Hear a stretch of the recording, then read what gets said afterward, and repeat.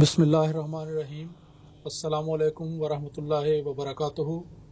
Welcome to this program, which is going to be in English and French, particularly prepared and planned and designed for our French speaking friends all over the globe.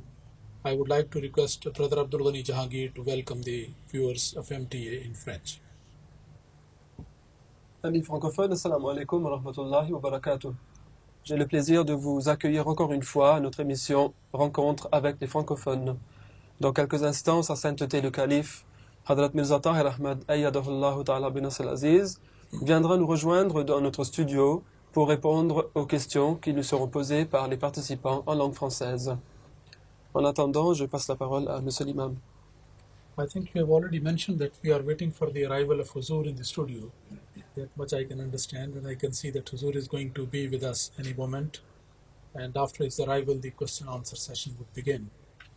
And the questions will be presented to him one by one, and we will benefit from the answers he is going to give us.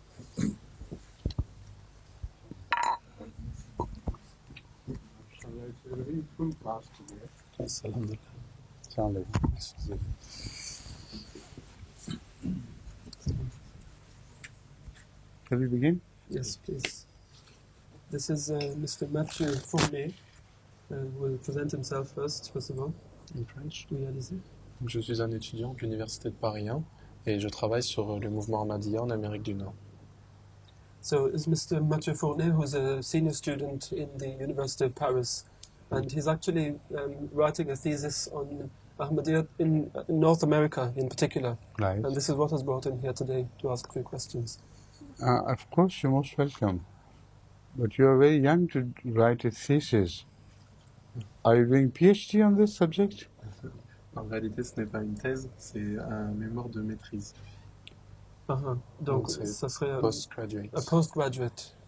That's what I mean. Yes. Yes. That's more. MashaAllah. It's a compliment to him that at this young age, he's writing a postgraduate thesis. Tell the audience the Yes. same Donc le thing. calife dit que, étant donné que vous êtes très jeune, donc il vous fait le compliment que vous ayez pu accomplir cela à un si jeune âge. Merci beaucoup. Shall we begin with your question then, Merci. please? Je voudrais tout d'abord vous remercier de m'accueillir dans cette émission. Merci. Ma première question sera, selon vous, quels sont les facteurs qui ont aidé les Ahmadis à s'intégrer en Occident, en particulier en Amérique du Nord? So first of all, I'd like to thank Huzur for having given me the permission to participate in this program. The question is, according to Huzur, which are the reasons which have helped the Ahmadis to integrate themselves in the West and in particular in North America? North Africa? North America. Didn't you say Africa first? No, America. I've got a bit of a cold, maybe that's why it's not coming out so well. I'm sorry. I heard you wrong. He's making research on Ahmadiyyat in North America Yes. and Western countries of Europe, right? You see, the most important thing which I feel is appealing to the Western mind is our rationality. We emphasize rationality, and we believe that rationality can never be separated from true religion. If it is separated, then religion is wrong, because it's impossible to believe in an irrational God. So either of the two things are essential. Either the concept of rationality is held by some stupid people and they're wrong in that concept. Because we know many religious people try to prove their beliefs to be correct with the help of so-called rationality. We can suggest a touchstone to understand that this is a wrong attempt, it is not rationality. It's very easy to prove, because if the same so-called rationality is exported to other countries, they would not accept it. Rationality has to be universal. So this is the main reason why we are creating deep inroads into the free-thinking Western society.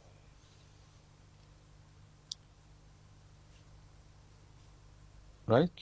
Thank you. Sa sainteté le calife dit que la chose la plus importante qui a trait à l'Ahmadiyya et qui attire l'esprit occidental est notre rationalité. Et en fait, la rationalité ne peut pas être dissociée de la religion, car s'il y a séparation entre la religion et la rationalité, c'est que la religion doit être fausse. Alors, soit le concept de la rationalité est tenu par des gens stupides et des gens qui ont tort, ou bien la rationalité doit être juste. Bien des personnages religieux essaient de prouver la véracité de leur religion en utilisant, soi-disant, la rationalité. Mais nous pouvons prouver que leur tentative, en fait, est erronée, car la rationalité, étant donné qu'elle est, elle est universelle, elle peut être acceptée par tous, parce qu'il n'y a qu'une seule rationalité, et bien si leur religion n'est pas acceptée par les uns, mais par d'autres, c'est qu'il y a quelque chose qui va mal. Donc en fait, c'est cette rationalité que nous avons qui nous a permis de faire des brèches dans les populations occidentales en particulier et qui les a attirées vers nous.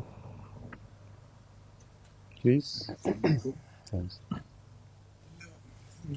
Nous savons que la reine de Saba, donc la monarchie de la reine de Saba, n'est pas condamnée dans le Coran, est acceptée.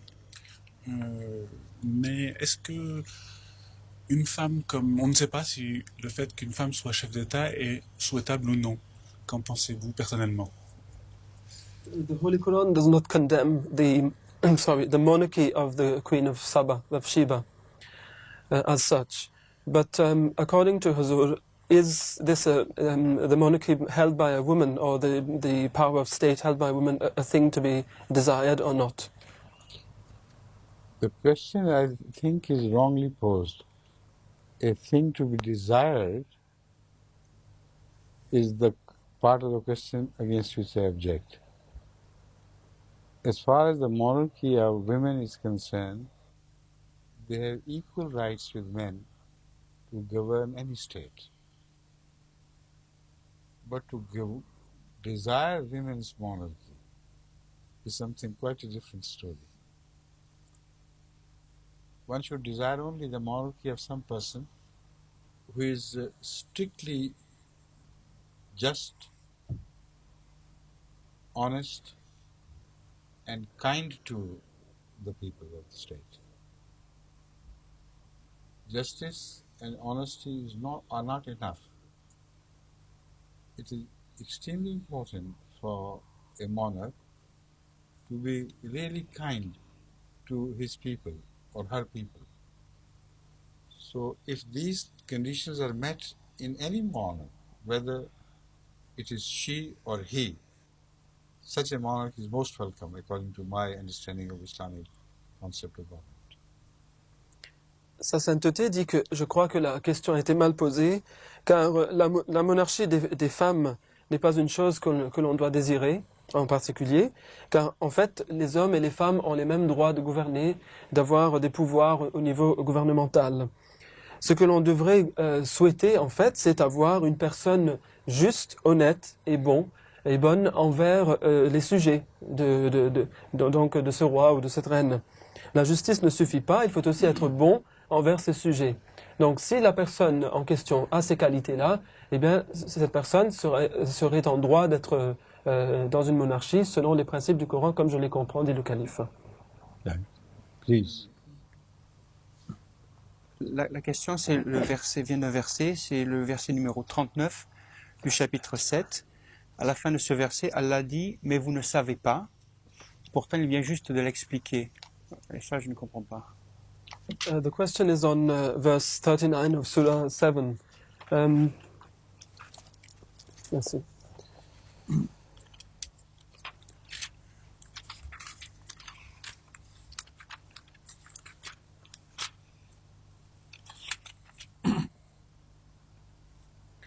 In this, Allah is saying that He's explaining something, and after having explained it, He said, "But you don't know."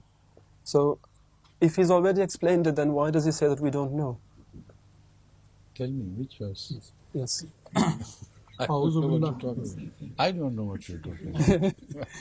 أعوذ بالله من الشيطان الرجيم بسم الله الرحمن الرحيم قال ادخلوا في أمم قد خلت من قبلكم من الجن والإنس في النار كلما دخلت أمة لعنت أختها حتى إذا اداركوا فيها جميعا قالت أخراهم لأولاهم ربنا هؤلاء يضلونا فآتهم عذابا ضعفا من النار قال لكل ضعف ولكن لا تعلمون. The translation given here is, he will say, enter ye into the fire among the nations of jinn and men who passed away before you. Every time a nation enters, it shall curse its sister until when they have all until they have all successively arrived therein. The last of them will say with regard to the first of them, our Lord, these led us astray, so give them a double punishment of the fire. He will say, for each there is double, but you do not know. La traduction est donc de ce verset, qui est le verset 39 de la sourate Al-A'raf, le chapitre 7. Il dira, entrez dans le feu parmi les peuples des djinns et des hommes qui vous ont devancés. Toutes les fois qu'une nation y entrera, elle maudira sa nation sœur. Puis, lorsque toutes les nations, l'une après l'autre, y seront arrivées, la dernière dira de la première, notre Seigneur, voilà ceux qui nous ont égarés. Inflige-leur donc un double châtiment du feu. Il dira, pour chacune il y aura un double châtiment, mais vous ne savez pas. So the question is on the last part of the verse, which says, قَالَ لِكُلٍّ ضِعْفٌ وَلَكِنْ لَا تَعْلَمُونَ. I don't see the merit of this question at all. That means the state of being in agony is an experience which is personal. So those who think that we are in a greater agony, they cannot know how the others feel. So they feel they are in less agony. And it's a psychological state of mind which never alters.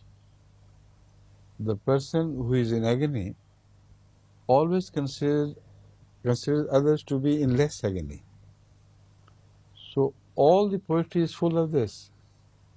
They say, oh, you person who blames someone for the injury caused to you, look at us.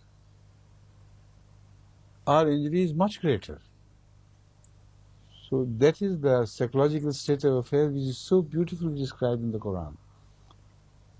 Every party which enters will find another party before them, until when the last one has entered, then the previous ones would say, oh God, punish them twice as much, because they are the people whom we followed. And Allah will say, everyone is being punished twice as much. But you do not know. You know only yourself, but you do not know what is passing in the hearts of others.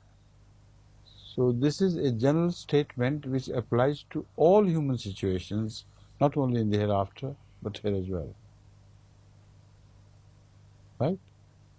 Thank you. Sa sainteté dit que l'agonie est une expérience personnelle. Et ceux qui se retrouvent dans une agonie terrible, ils pensent toujours que les autres souffrent moins qu'eux. Cela est un état psychologique très connu, d'ailleurs qui se retrouve souvent dans la poésie, où vous voyez des gens dire que pourquoi parlez-vous de telle ou telle misère, alors que nous souffrons beaucoup plus que vous, regardez-nous, nous souffrons beaucoup plus que vous. Eh bien, en enfer, ce verset dit que les peuples vont se succéder les uns après les autres. Les derniers peuples vont demander à Allah de punir ceux qui les avaient devancés plus ou le double de ce qu'ils reçoivent eux comme punition, car ils vont dire que ce sont ceux-là qui nous ont induits en erreur, qui nous ont détournés de la vérité.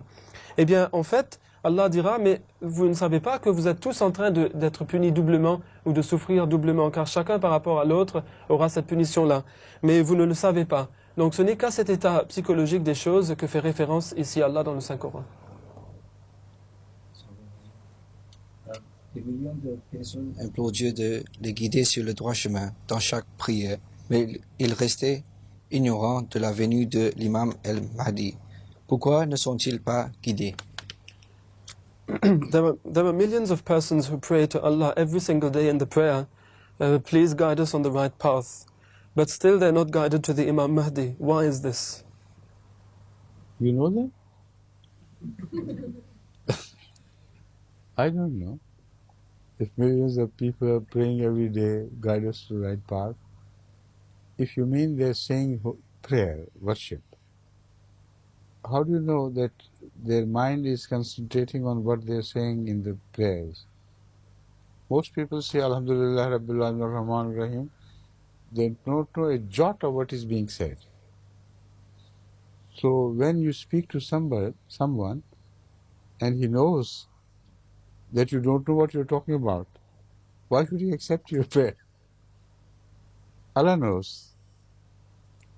So if he rejects, he must know that this is an automatic, natural corollary from this.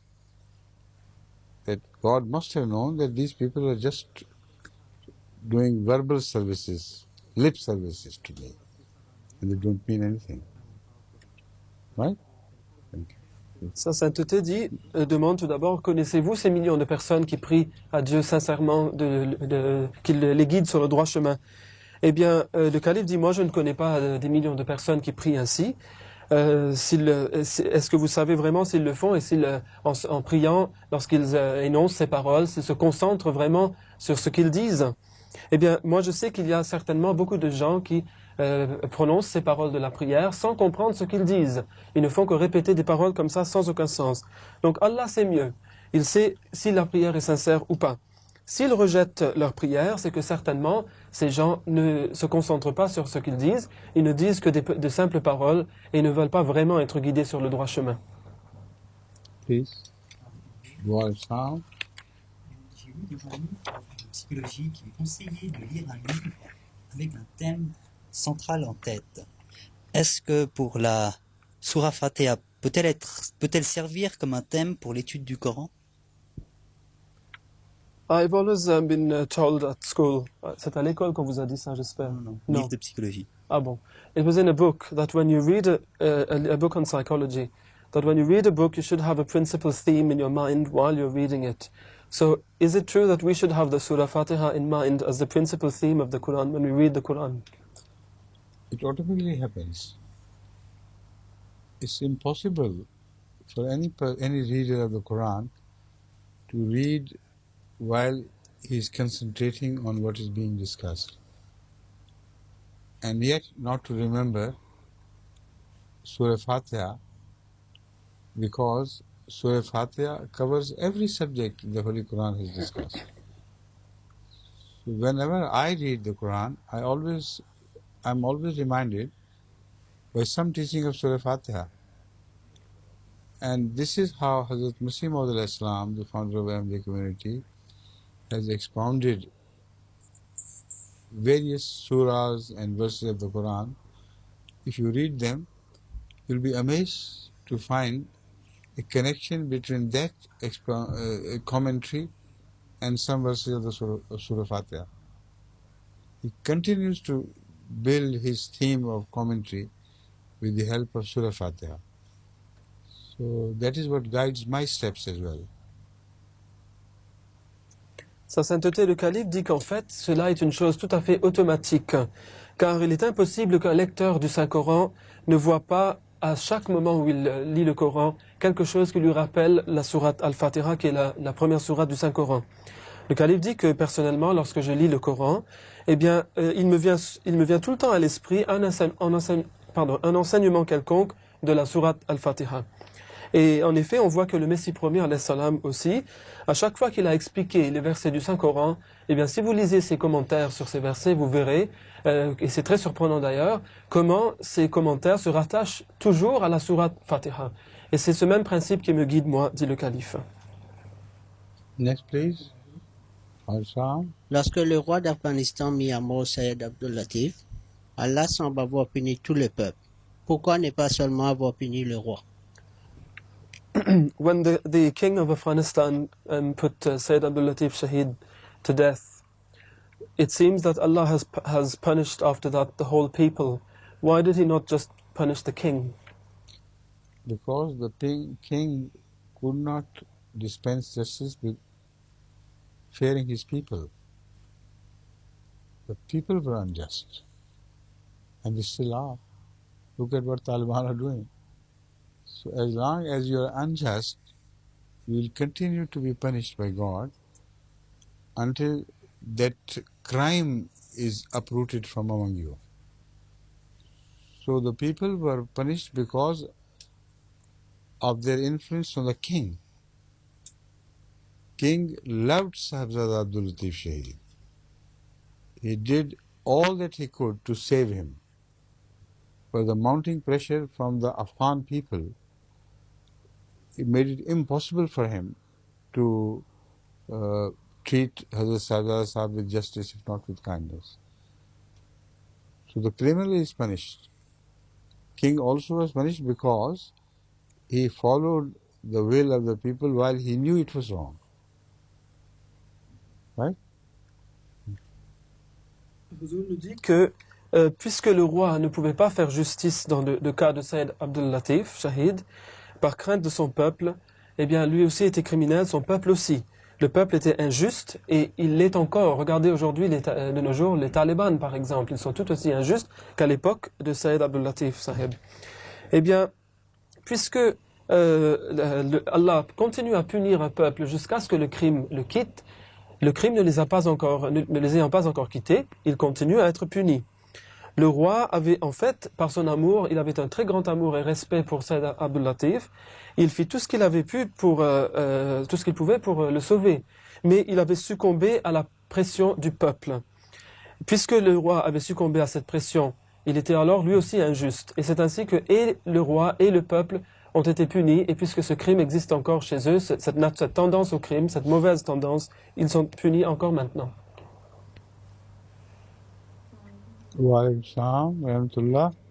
D'après le verset 2 du chapitre 66, quelle est cette chose qu'Allah a rendue licite au saint prophète et que ce dernier s'est interdit?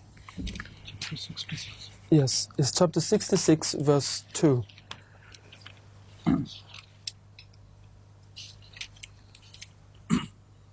أعوذ بالله من الشيطان الرجيم بسم الله الرحمن الرحيم يا أيها النبي لما تحرم ما أحل الله لك تبتغي مرضات أزواجك والله غفور رحيم. Translation is, O Prophet, why do you forbid that which Allah has made lawful to thee? You seek the pleasure of your wives, and Allah is most forgiving, merciful. Il s'agit ici du verset 2 de la sourate At-Tahrim, qui est le chapitre 66 du Saint-Coran. La traduction est comme suit. Ô prophète, pourquoi t'interdis-tu ce qu'Allah t'a rendu licite? Tu cherches à plaire à tes épouses, et Allah est très pardonnant, miséricordieux. So the question is, what is this thing which Allah had made? I'll answer that. Yes. But first of all, let me remind you that the translation is sometimes misleading. When the translator says, why do you forbid? Read it. Yes. O Prophet, why do you forbid that which Allah has made? It seems, it appears from this translation, that whatever his wives do not like, he forbids others also to abstain from that. It is absolutely wrong. This impression is 100% incorrect. Whatever Allah said is forbidden upon Muslims, it remained forbidden upon Muslims. Here, forbidding applies to only himself. For instance, you can eat any meat which is not forbidden, like chicken, fish, etc., birds, and so on. It is not forbidden. You can eat mutton, you can eat beef. If properly slaughtered, they are not forbidden. But if, for instance, somebody's wife does not like the smell of beef, or does not like the smell of any such thing which is not forbidden. And just out of goodness, out of an attempt to please the wife's whims, somebody says, all right, I'll not do it. This is not against haram halal. It's not against what is forbidden and what is not forbidden. It's personal choice. But because Hazrat Sallallahu Alaihi Wasallam was also a model for the whole world, so Allah interfered and said, do not do it. You may be doing a good thing, but this good thing may mislead others, because they will take the cue from this. Whatever the wife doesn't like, you must not do that. Or Allah says it's all right and you say, no, it's not all right. So many misunderstandings could be born out of this act of someone who has been chosen as a model, as a paragon of virtue for the entire world. That is the import of this verse.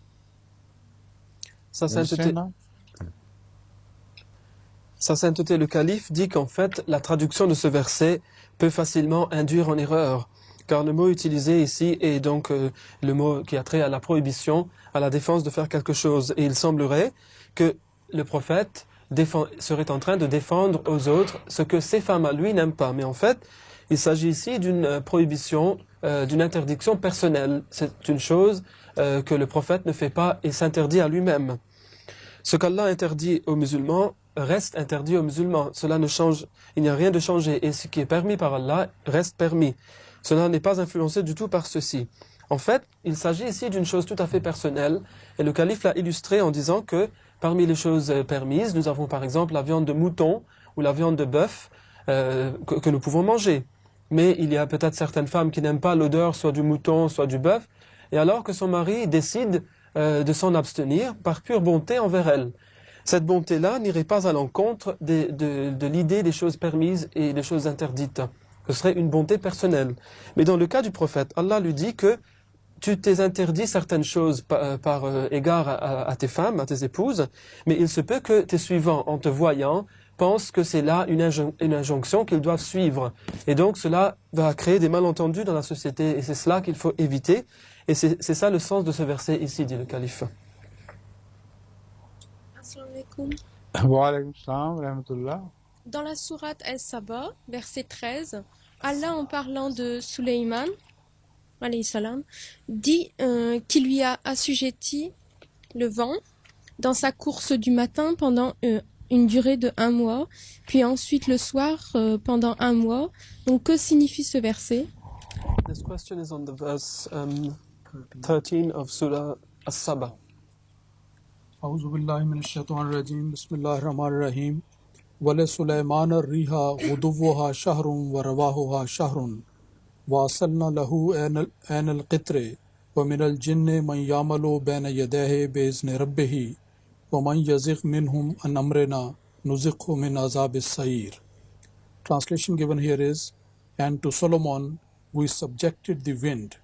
Its morning course was a month's journey, and its evening course was a month's journey too. And we caused a fount of molten copper to flow for him.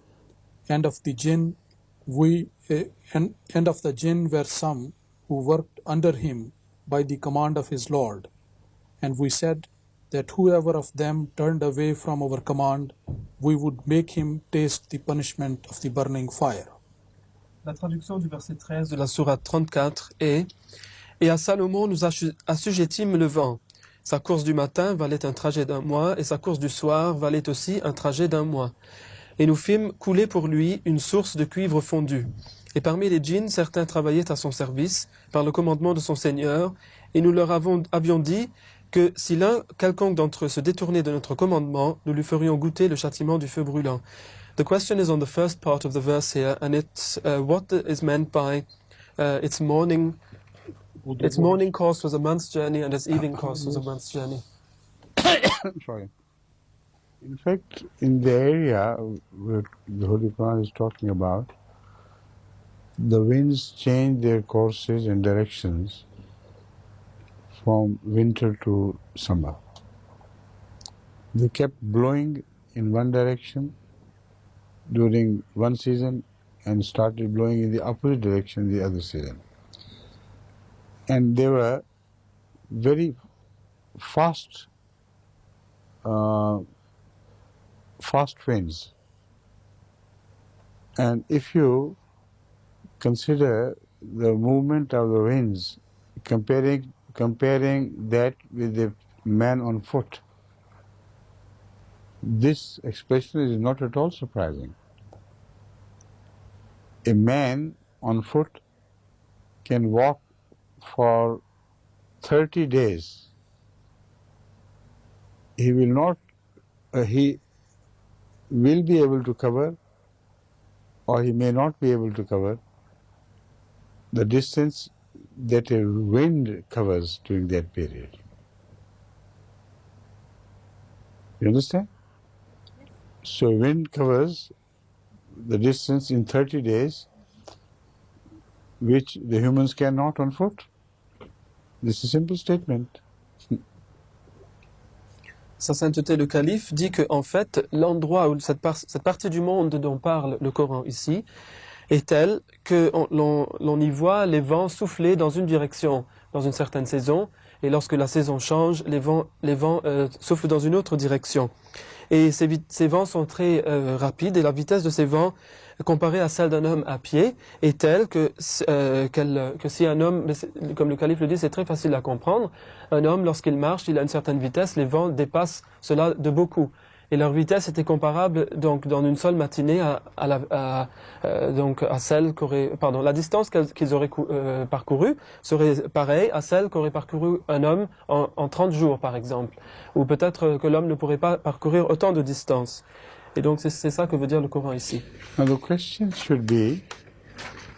you should ask, how could God make this wind serve the cause of Solomon? How? This was done because of sailboats. The sailboats which are driven with the power of wind was something on which Solomon's technologists had achieved a great mastery. So the sails were organized in a manner that they moved almost with the speed of wind from one part of the country to the other part of the country and carried heavy loads.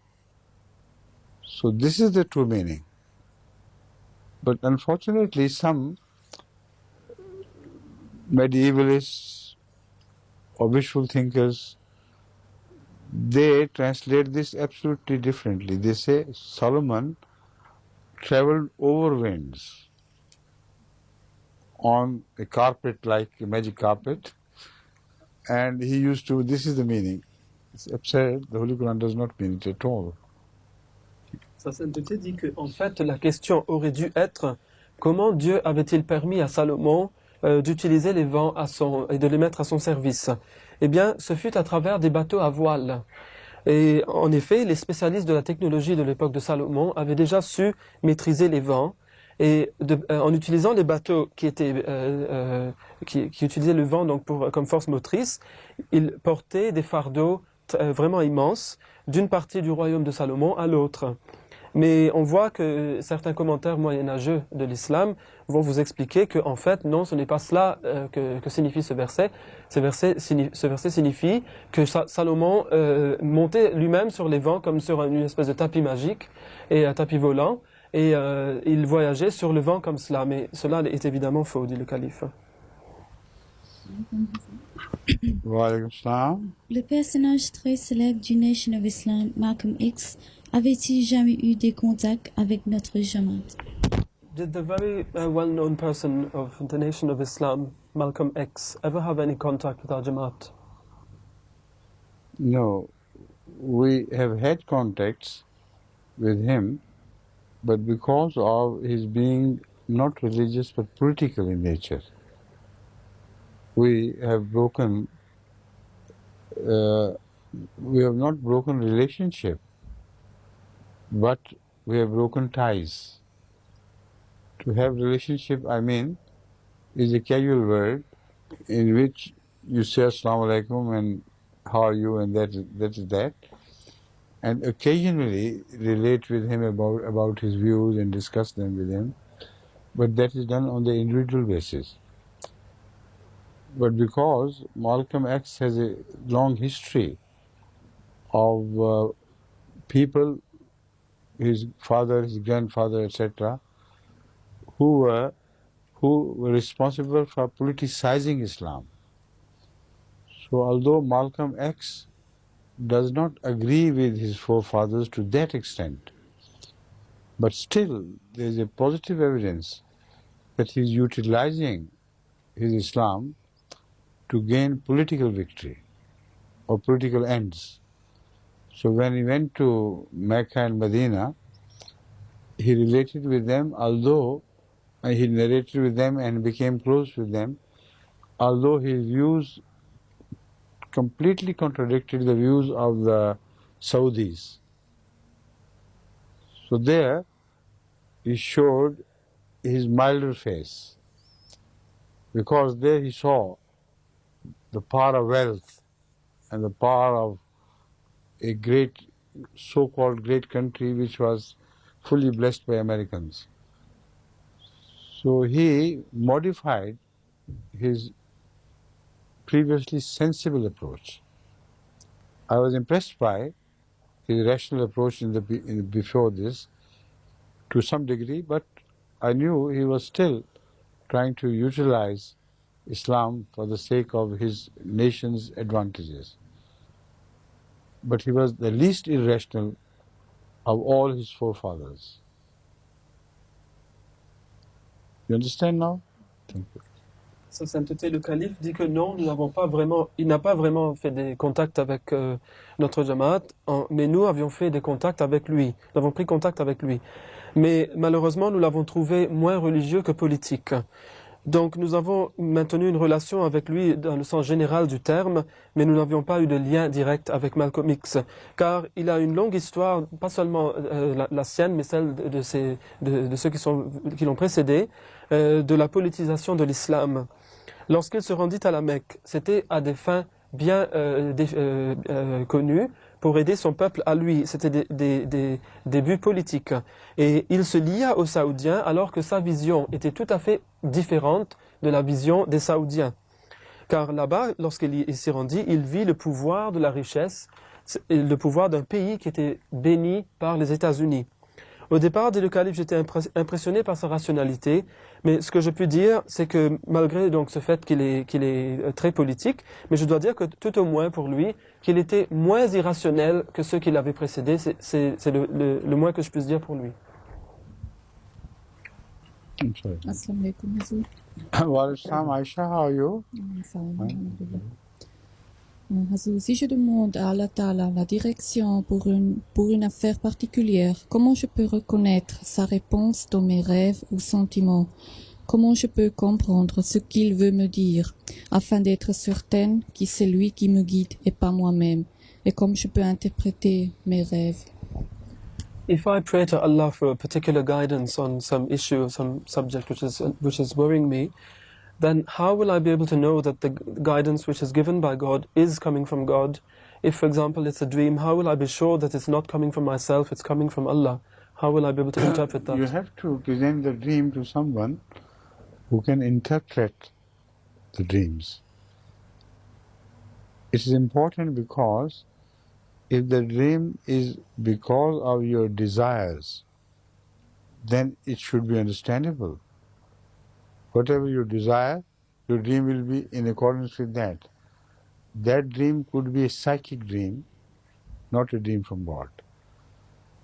But when Allah approves of something, He does it in a manner that the one who sees the dream, he cannot understand it. Otherwise, if he understands it, then he can know very quickly, very clearly, that it may be my own wish which has been expressed in my dream. So to make the difference between the two, Allah shows the person a dream in a sign language which has to be interpreted by people who know that sign language or who have an intuitive understanding, sense, an intuitive sense, I should say, of interpreting dreams rightly. I've been quoting the example of Joseph, alayhi salam, the Prophet of Allah, who interpreted the dream of the king of Egypt.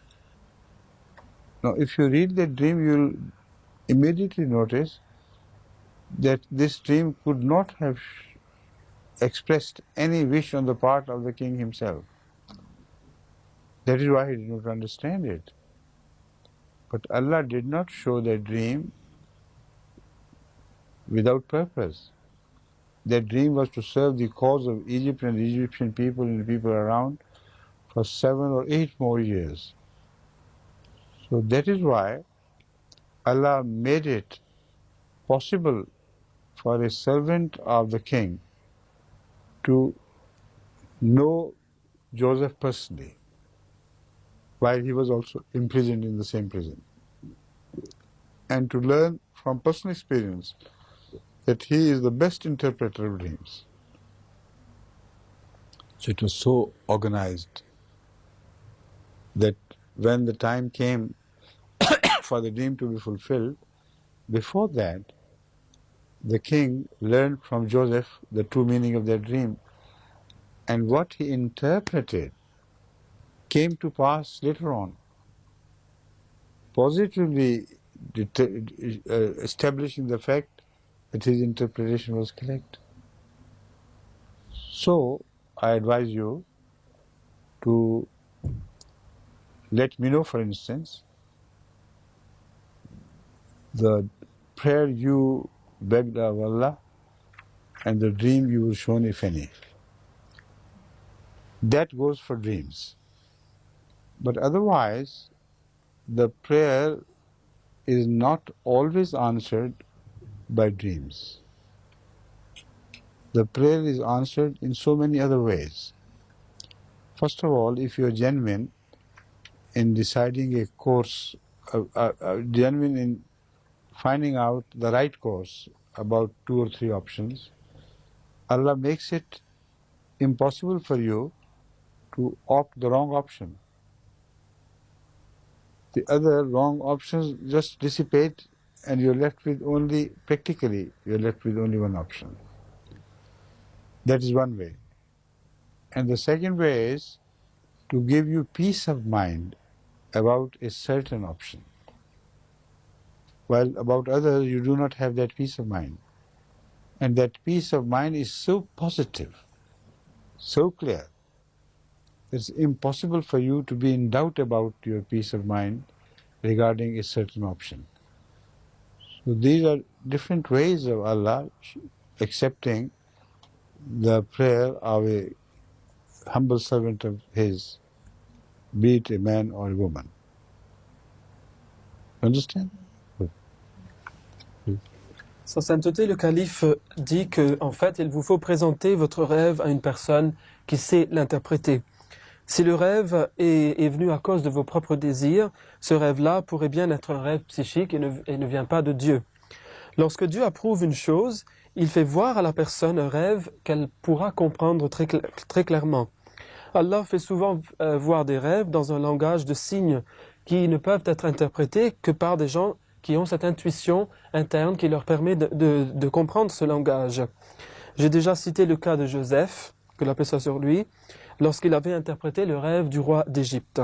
Si vous lisez le récit du rêve de ce roi, vous verrez que ce rêve n'est pas basé sur un désir du roi, car lui-même ne comprenait pas son rêve, il n'y voyait absolument aucun sens. Mais Dieu n'a pas montré ce rêve sans raison. Ce rêve avait le but, de servir la cause de toute l'Égypte, et cela pendant plusieurs années. Alors, ce qu'il fit, Dieu, c'est qu'il s'assura que le roi apprenne que la meilleure personne qui pourrait interpréter le rêve, c'est Joseph. Et alors, il fit les circonstances arriver de telle sorte que le roi arriva en contact avec Joseph, et Joseph lui interpréta son rêve. Plus tard, lorsque le rêve s'accomplit, cela fournit la preuve que l'interprétation du rêve était correcte. Le calife dit donc, informez-moi de la prière que vous aviez faite et aussi du rêve que vous faites par la suite. Et alors je pourrai vous aider à comprendre cela. Sinon, il faut savoir que les prières ne retrouvent pas toujours leur réponse par le biais des rêves. Si votre prière est sincère, Allah parfois vous empêche de choisir les mauvaises options. Quelque chose se passe pour que vous ne choisissiez pas les mauvaises options, mais les bonnes. Cela sans montrer de rêve. Aussi, une deuxième façon, c'est que Dieu peut vous donner la paix de l'âme, alors que vous n'êtes pas en paix avec une option quelconque. Mais tout à coup, Dieu vous donne cette paix de l'âme et d'une façon inexplicable, vous savez que c'est ça la bonne chose pour vous, et c'est ainsi que Dieu vous guide et il répond à votre prière.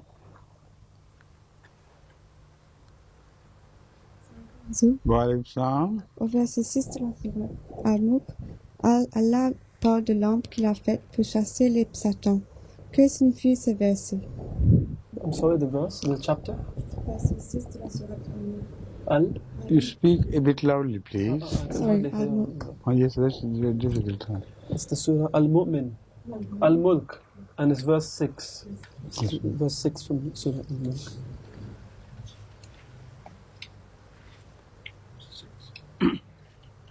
أعوذ بالله من الشيطان الرجيم بسم الله الرحمن الرحيم وَلَقَدْ زَيَّنَّا السَّمَاءَ الدُّنْيَا بِمَصَابِيحَ وَجَعَلْنَاهَا رُجُومًا لِلشَّيَاطِينِ وَأَعْتَدْنَا لَهُمْ عَذَابَ السَّعِيرِ. Translation here: And verily we have adorned the lowest heaven with lamps, and we have made them the means of driving away Satans, and we have prepared for them the punishment of the blazing fire. Yes, I suppose the students guessed the question. What does this verse mean? The Satans and the lamps and all these things. You see, the fact which is described here is a scientific fact. And it should not be misread by imagining certain Satans with bodies entering the heaven, going upward and so on and so forth. The movement which is described is exactly the opposite. The heavenly bodies, where they are meteors or asteroids, they go on moving around in space. And when they try to enter the earth, if a protective measure is not taken against their so-called entry that is unlawful according to Allah, then Allah does not desire them to cause any damage to earth, then they are burnt in the mid-air. And when they are burnt, they leave a long tail of fire behind, as though the tail of fire was pursuing them. It does actually pursue them, in the sense it follows them until they are extinguished in mid-air, or drop somewhere where they cannot do any damage.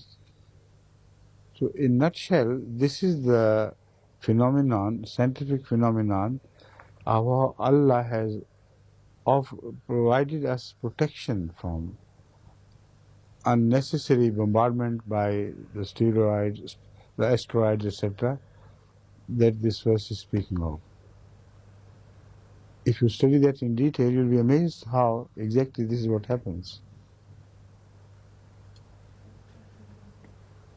Donc la question portait sur le verset 6 du chapitre 67.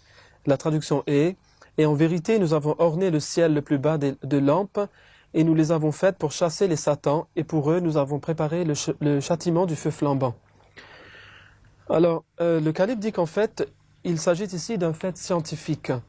Il ne faut pas mal lire, il ne faut pas imaginer qu'il y a une situation où il y a des satans qui entrent dans le ciel, etc., avec des corps, donc de façon physique, pas du tout.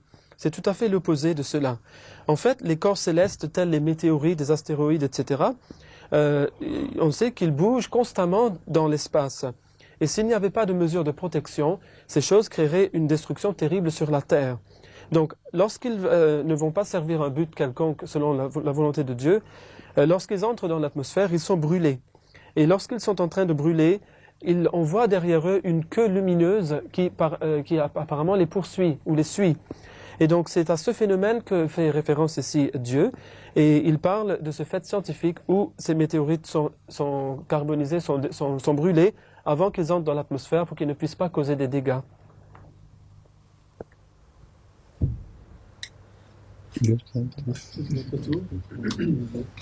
D'un point de vue historique, peut-on comparer le mouvement de renaissance en islam initié par l'Ahmadiyya au mouvement de renouveau des églises protestantes nord-américaines? From a historical point of view, could we compare the movement of renewal within Ahmadiyyat, which has been initiated by Ahmadiyyat, to the revival situation we've seen in Protestant churches in North America? I don't think so, because the movement of the so-called revival of Protestant churches is not guided by a divine revelation. And that revival itself shows or establishes the fact that it could not have been meant from heaven. Because if that revival was meant by heaven or Protestants, it should have shown its effect everywhere in the world of Protestantism. It was impossible for God to revive Protestantism of a special stem only in one area of America, while Protestants of other areas are not influenced at all. They differ with that. So, if you conceive the situation to be the beginning of, say, for prophethood, I agree that in a small area, God could have revealed the people to do this, to conquer the rest of the world or Protestantism. But then the signs should have been shown that such groups, which are in fact cults, they must have the signs of Allah's help with them, and they must continue to grow from an insignificant position to a much greater position. Again, one thing is worthy of note, that when Allah sends somebody with a message for the revival of religion, the entire world around said that person revolts against that message. It's a law of God which you will never find contradicted anywhere in history. Look at the beginning of all religions. Whenever someone claimed to be from God, he was invariably opposed. Yet God gave him strength to grow from a small position to a bigger and larger position. This phenomenon is not observed in North American Protestant movements. There are a group of people who join their heads together to support their stamp of Protestantism. And there is no claim of any divine revelation. And they are supported by the people around. So these are not the signs of people who come from God. Sa Sainteté le Calife dit que je ne pense pas que le mouvement de renouveau des églises protestantes en Amérique du Nord ressemble à notre renouveau au sein de l'Ahmadiyya, puisque ce mouvement de renouveau chez les églises protestantes n'est pas un renouveau ou un mouvement guidé par une révélation divine quelconque. Ce renouveau établit le fait que lui-même qu'il n'est pas du ciel, puisqu'il n'est pas basé sur une révélation nouvelle. Si c'était le cas par contre, que l'Église protestante est en train d'avoir une révélation divine dans une certaine mesure, comme quoi Dieu est en train de leur dire allez conquérir le reste du monde protestant, eh bien on devrait voir des signes accompagnateurs de cela. mais ce n'est pas ce qu'on voit. D'ailleurs, pourquoi est-ce que cela arrive seulement dans le cas des églises protestantes, certaines églises protestantes d'Amérique du Nord, et pas d'autres? Et on ne voit pas le même phénomène dans le reste des églises dans le monde. Donc, le calife dit que ces églises qui en fait sont des cultes ne démontrent pas les signes évidents de l'aide divine.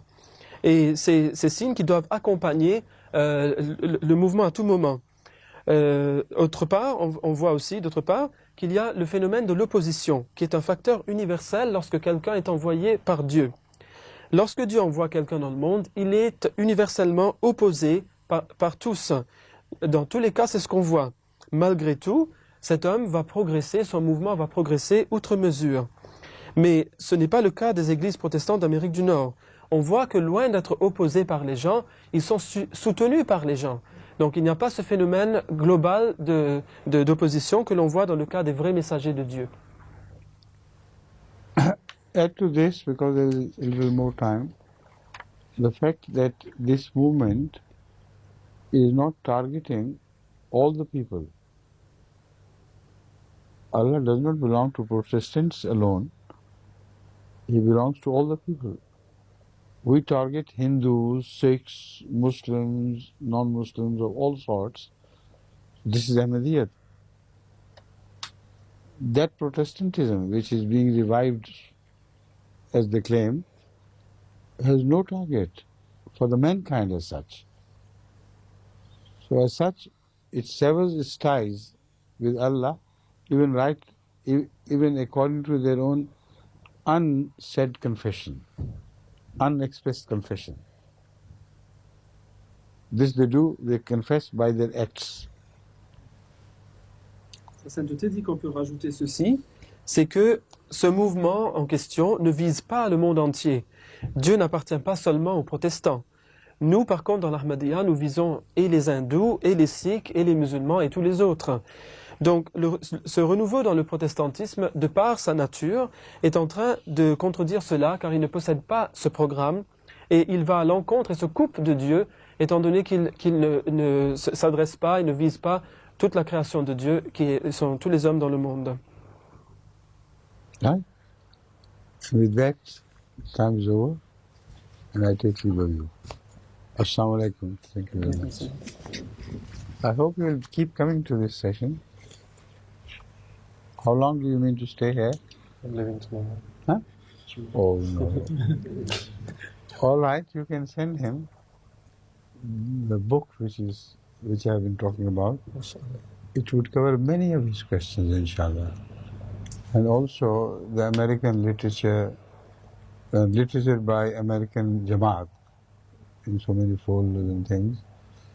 So that would give him something to research for. Inshallah.